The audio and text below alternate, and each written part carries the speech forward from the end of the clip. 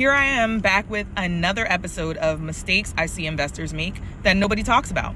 So here we go, part 3. Let's get into it.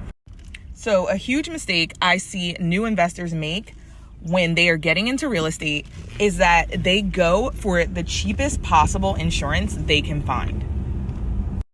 Instead of looking for quality, they shop by price.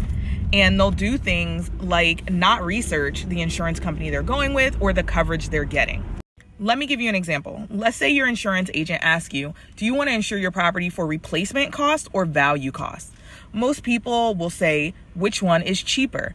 Of course, the cheaper option is value cost. The reason for that is because when they go to replace whatever is damaged or whatever burned down or whatever the case may be, they're going to give you the value of that minus depreciation, minus years of wear and tear, whatever the case is, and that's the money they might give you.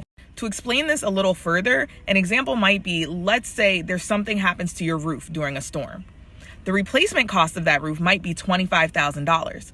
However, because your property is 50 years old and the roof is 50 years old because it hasn't been replaced, even though it was in good shape before the storm, after depreciation and everything, that roof might only get you $8,000 in insurance. So where's the rest of the money coming from to replace the roof?